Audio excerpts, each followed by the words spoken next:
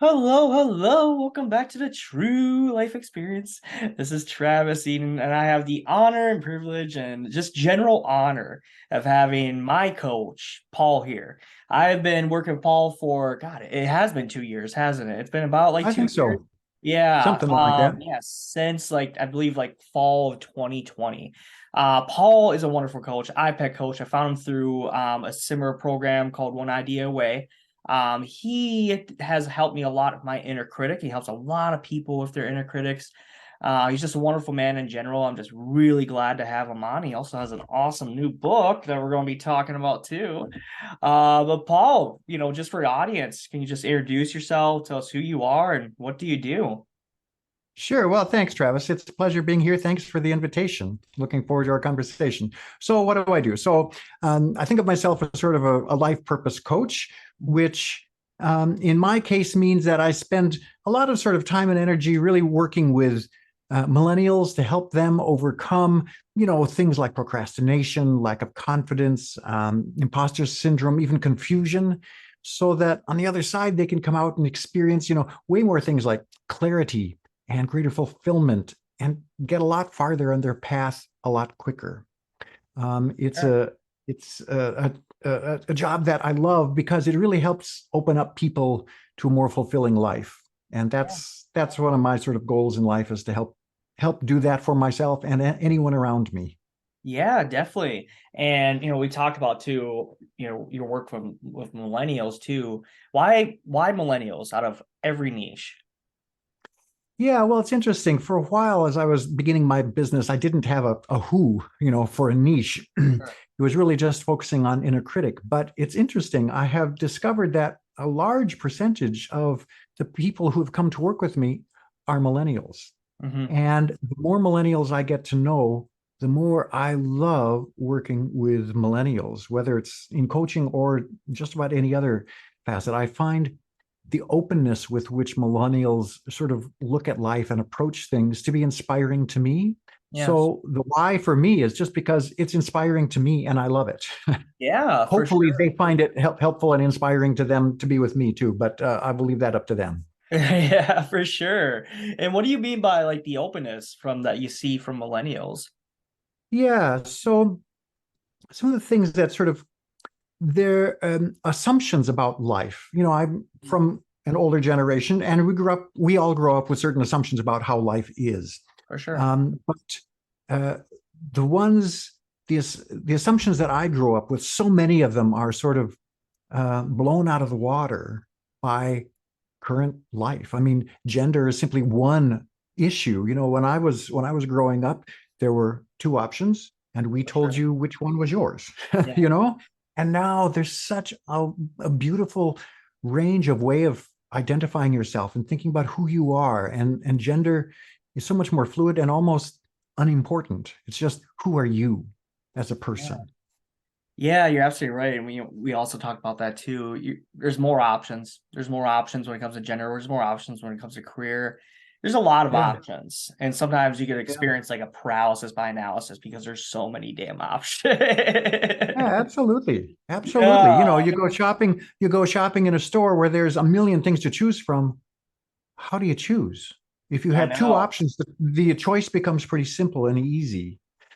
So the curse of this modern life is there's too many options, too many choices. And of course, the Mhm. gift of this modern life is that there are so many choices. Yeah. And what do Two you think sides of is that same coin. what do you think is a kind of like a common theme too? So you really coach on the inner critic. What do you think is a common theme with inner critics and millennials? Well, some of the themes that have become evident to me that millennials experience, there's sometimes a somewhat almost unsettled feeling about what's going to be happening in life. Millennials have lived through such amazing upheaval and transformational times, everything from 9/11 to the pandemic and everything Yeah. in between. And there's just been a lot of uncertainties that crop up seemingly regularly.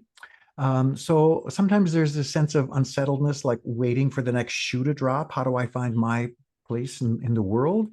And of course, that is influenced by what we tell ourselves, For sure. that voice in the voice in our head, which is sometimes critical, sometimes Yes. not.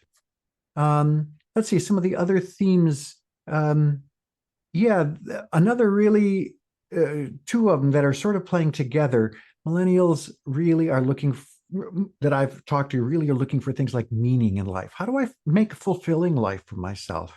The Yeah. rules that my parents gave me as growing up is like they're not really working for me. And Mhm. I need to find a different way to make life. And material things, although, yeah, I like them, that's not what's really at the core. At Yeah, least this is what a lot of people have been telling me. And for so sure. that sort of focus on meaning and purpose and fulfillment and how do I find my place in the world, those are some of the themes that I sort of see cropping up in my conversations. Yeah, you're absolutely right too. I definitely resonate with that, my own journey too. Like there is kind of like an unsettledness, like being prepared for the future because you never know what's going to happen. Because God, look Yeah. at this past like 20, well, 30 years. I've been alive for 30 years. Crazy times. And then yeah, also too, like finding a purpose too, like you grow up, you hearing what your parents tell you and what society tells you, and you see that as an example, and you just don't fit in that role like a lot. Mhm. And you definitely see that in many different fields, a corporate field. Some even like I know some entrepreneurs too are just like, I don't want to be doing this anymore. And millennials kind of keep just going back and forth between a lot of things. So I think you told me too once, like you're bound to have a lot more than just one career growing up and just going Mm. through life. And I really resonate with that. I feel like a lot of millennials do because once again, there's just abundance of things you can do in this world. Mhm. Of course, I feel like trying to line it up with your values is something, but yeah, there's just a lot. That is tricky. And yeah, I think, to be honest, I think every generation is looking for a fulfilling life. I don't think that's For unique sure. to millennials. Yeah. But millennials, it is sort of forefront of their mind, more so maybe than many other generations. Yeah. Um, and what's interesting is there's a quote, actually, I think it may even be in the book, I'm not sure, that says, to be yourself in a world that is constantly trying to make you something else is the greatest achievement. How do you find a way to be yourself in this world that wants you to be someplace else? Yeah. And that was written by Ralph Waldo Emerson. So we're talking, in the 19th century. Hmm. So that is not a new idea or a new problem that people have dealt with. My own generation, my parents' generation, everybody has some some way of interfacing with that problem. How do I be myself in this world? But for millennials, as I said, it is really sort of in the forefront of their mind very much. Yeah, yeah, no doubt. One thing that's come to my head when you talk about that, social media. Like social media, we see the best of everyone else, and then we think like, oh man, we really want to be there. We don't see all the work that they're doing, or how sometimes like it's less than 1% of their life. Like, they Yeah, may look like they got everything figured out in this like 30-second clip on Instagram, but you don't see everything else. So no doubts, I'm sure that plays like some type of element in that. absolutely. I couldn't agree with you more. Editing is what happens with social media. You only see some very small curated part that somebody wants to share with you usually. Yeah. And I think this is a little bit different, but it's a similar process. So before, as a coach, I was a classical musician, and it's interesting. You listen to recordings through CDs, and the CD that you hear, unless it's a recording of a live concert, what you hear never actually happened. You can spend 4 days recording an hour's CD, which means, you're recording it multiple times and you're taking this part from here and this part, and you paste it all together. And Mhm. that's what comes out on the CD. And so it's a very edited, curated version of life. And I think that happens a lot in social media. Yeah, no doubt. And you brought up your history too, being a musician, because working with you or even prior work for you, I had no idea who you were. Like flat out, I found you one idea away. I was like, yeah, I think we're a good fit. I still don't know a lot about your history, so we're definitely talking about some of that tonight. Okay. So you played the piano. Am I getting that right? Well, yes, no, my main instrument was a harpsichord, which is a Okay. keyboard instrument from the 18th century, 17th, 18th centuries that was around before pianos were invented. Cool. What got you into playing that? Well, actually, my degrees, I started studying organ, pipe organ. Hmm. And when I was in graduate school, my organ teacher said, you should study harpsichord because it's going to make your organ playing better. Yeah, So, okay, like a good student, I obeyed. And it turns out I really love playing the harpsichord. for And sure. although I did play the organ for many years following that, the harpsichord is really what grabbed my interest and my passion. Hmm. So that's sort of what moved me into that world. Did you always play music like growing up? Yeah, I started piano, third or fourth grade or something like that. Played that for 7 years and then played organ for a number of years, went to college, studied organ, and then started harpsichord when I was in graduate school. Yeah. That's super cool. That's super cool. I didn't know that about you. Was this kind of like you picked it up naturally, or did your parents like kind of get you into it? No, my mom got me started studying piano. It was sort Yeah. of one of the things you do, you know. My siblings both, played piano or violin or, various instruments. I played piano, and then a couple of years later, I started French horn also in school. I didn't play that for so long. I turned out I just don't like blowing on things. It's a lovely instrument, but I just don't like blowing. Yeah, I totally get what you're saying. You got the big cheeks or like Yeah, yeah. yeah. But it was something that playing music was something that spoke to me. It was a way for me to express emotions that sometimes maybe I didn't feel safe in expressing other ways. So it was a great outlet for me in that way. Yeah. Yeah. Yeah, it kind of makes it seem like, we talk about this a lot, like expressing emotions, like by going to the gym or even writing. And it sounds like Yeah. music was your outlet for that. I'm getting that right? Yep. That's exactly it. Yeah. Then how did an inner critic come in all this? Hmm. Well, we all have one, of course. Of course. And there were so it's a couple of things sort of came together that at one point, sort of near the end of my time of being a musician, I ended up doing a week-long personal growth retreat. Okay. And a lot of that retreat was really focused on the patterns that we sort of habitually and automatically act out. These patterns that we've learned from parents, teachers, siblings, wherever it is we've learned, we just end up behaving in certain ways, usually without thinking about it. So we react rather than respond to things.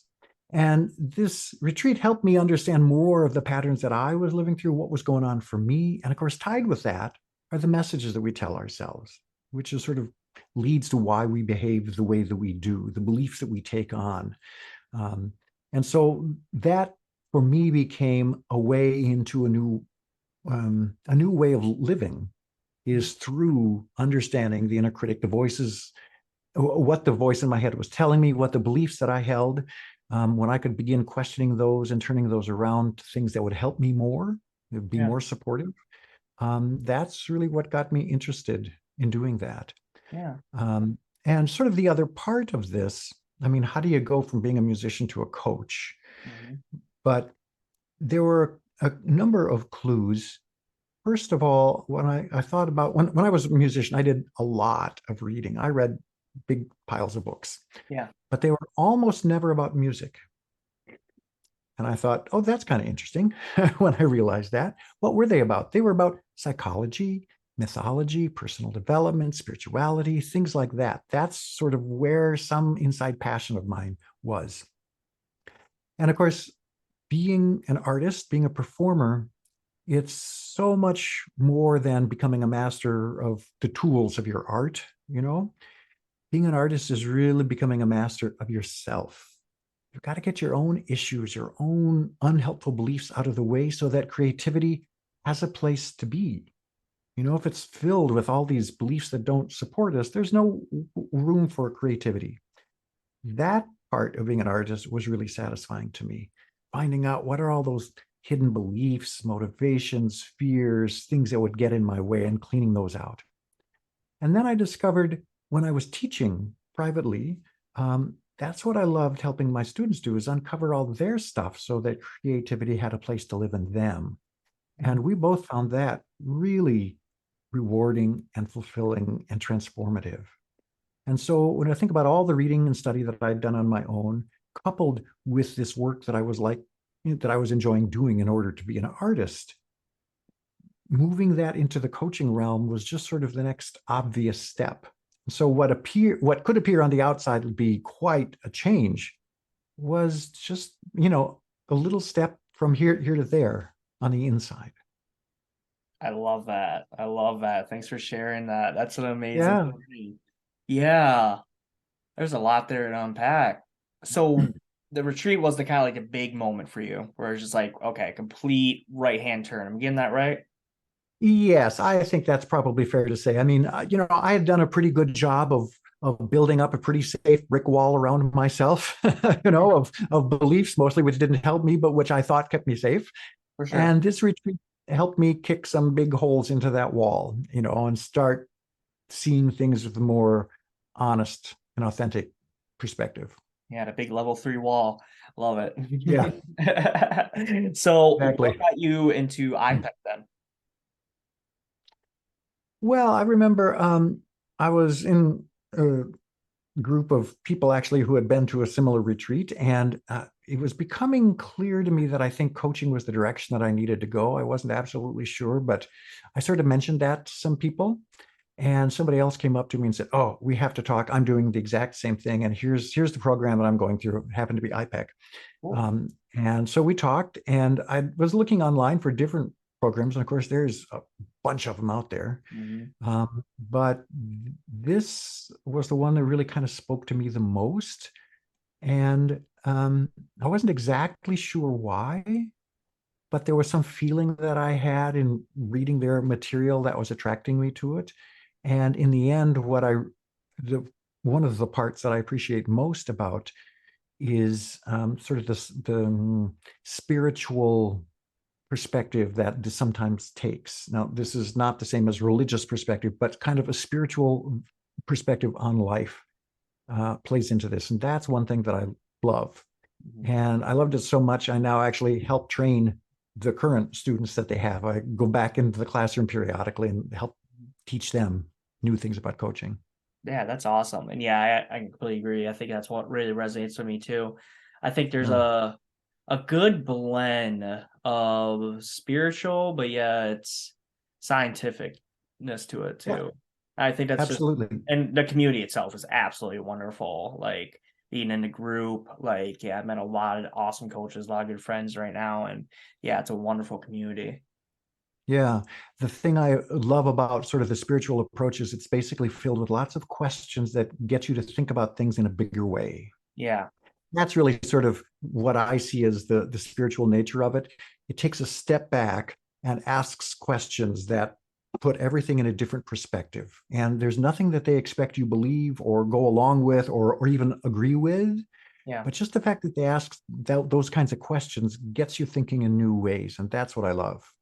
Yeah, no, definitely. Like even like reading the IPEC principles too, like there are still some where it's just like, okay, how this principle, what is my definition of this principle? Like Yeah. how do I incorporate that in my life?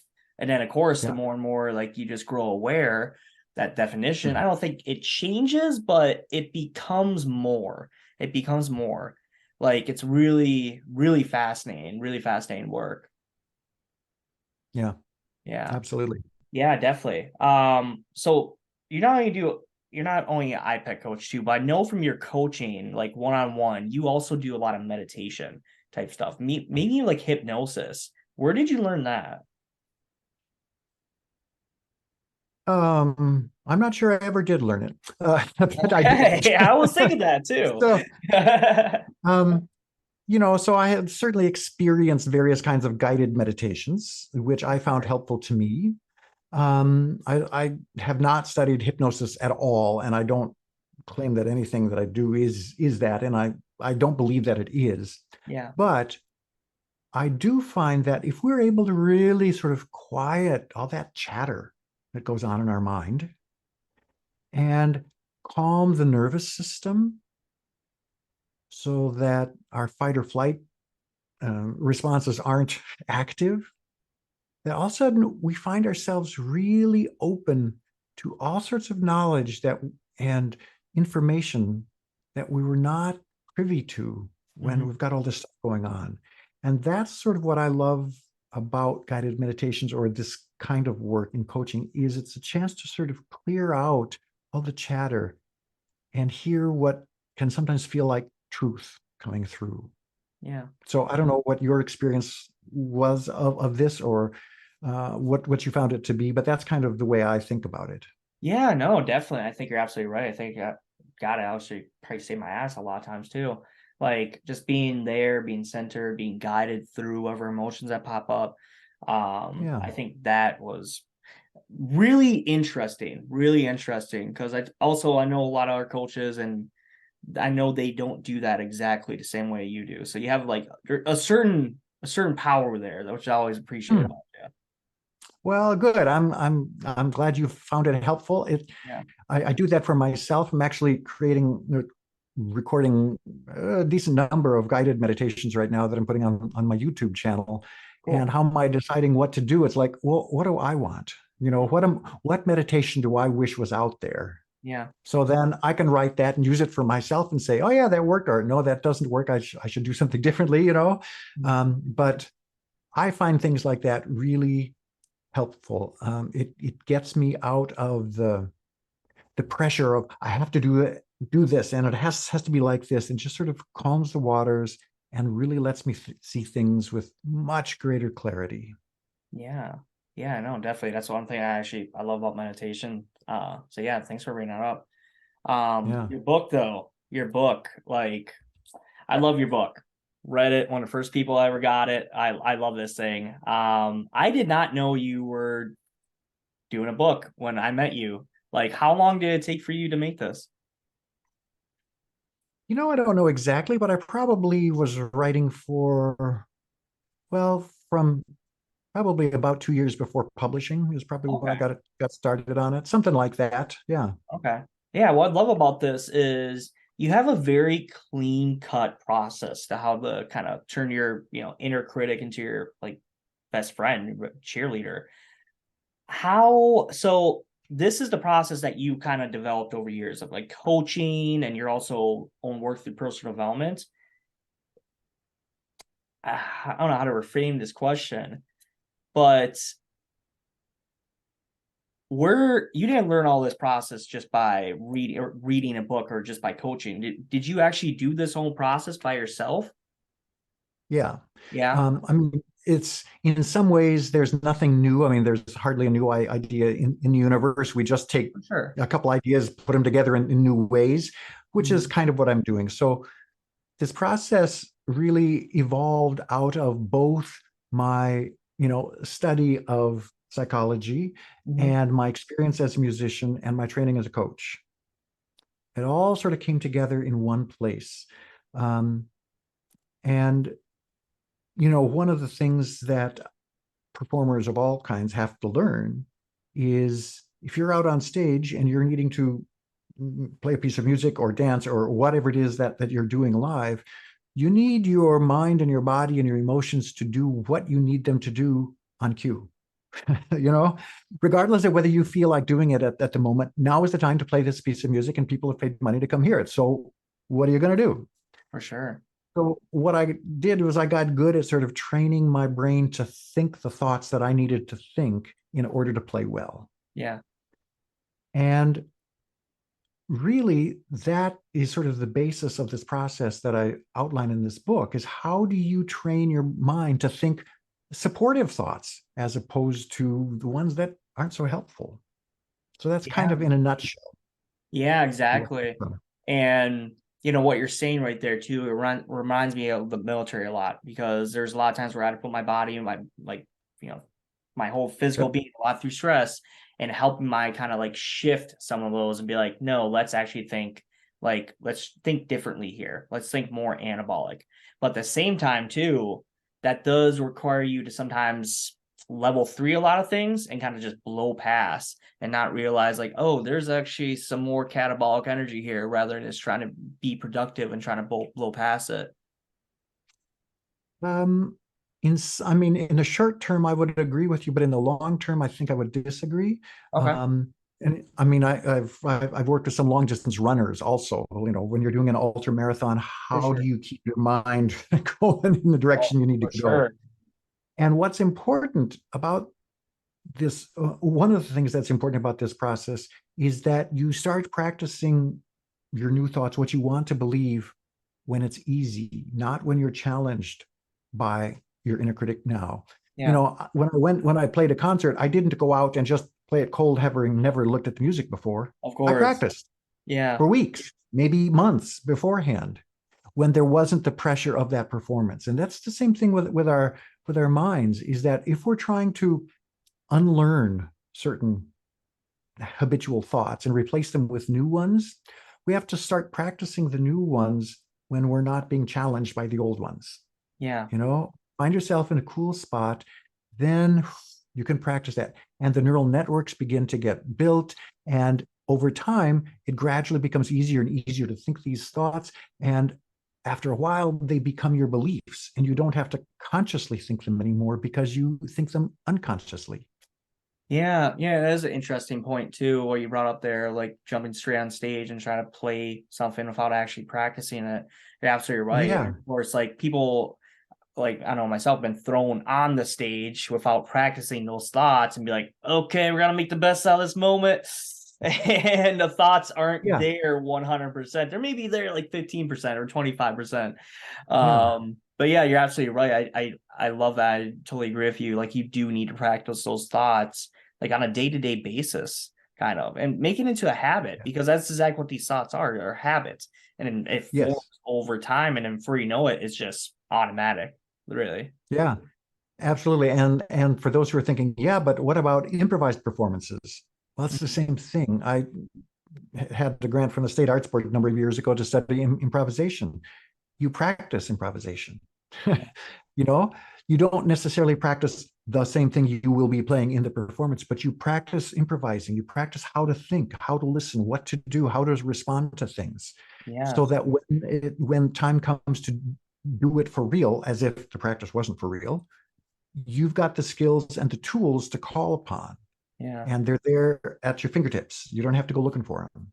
Yeah, or at least the general principles. Like that's what we before we deployed to Afghanistan. That's something we would do. We would practice and practice, practice, practice Yeah. in a team by ourselves. We'll just keep practicing different movements. What if we take contact up in front? What if we get shots to the right or left? Like what do we do? And then also throw a wrench in there too. Like what happens when the medic goes down? What happens when this happens? What happens when you sprain your ankle or something like that? Like just throw like wrenches in there because you learn from practice, especially improvisation principles. I think the principles are a very strong tool because you can never fully practice everything for in life. You can never fully practice the improv in life because life is just crazy sometimes. It can be a hurricane, Yeah. but you can learn some general principles from those Mhm. practices. And yeah, I think it's really the principles too that keep you going. Yeah. Yeah. Something to hang on to help you through whatever it is you're facing. Yeah, yeah, exactly. Yeah, and Paul, wonderful book. Once again, it's Thoughts on Demand, Turn Negative Self-Talk into Unstoppable Confidence. Are you going to make another book anytime soon? Um, there's another one sort of roaming around in my head. Hmm. It's got a ways to go yet, but there's at least an idea roaming For around sure. there. So who knows? We'll have to see what happens.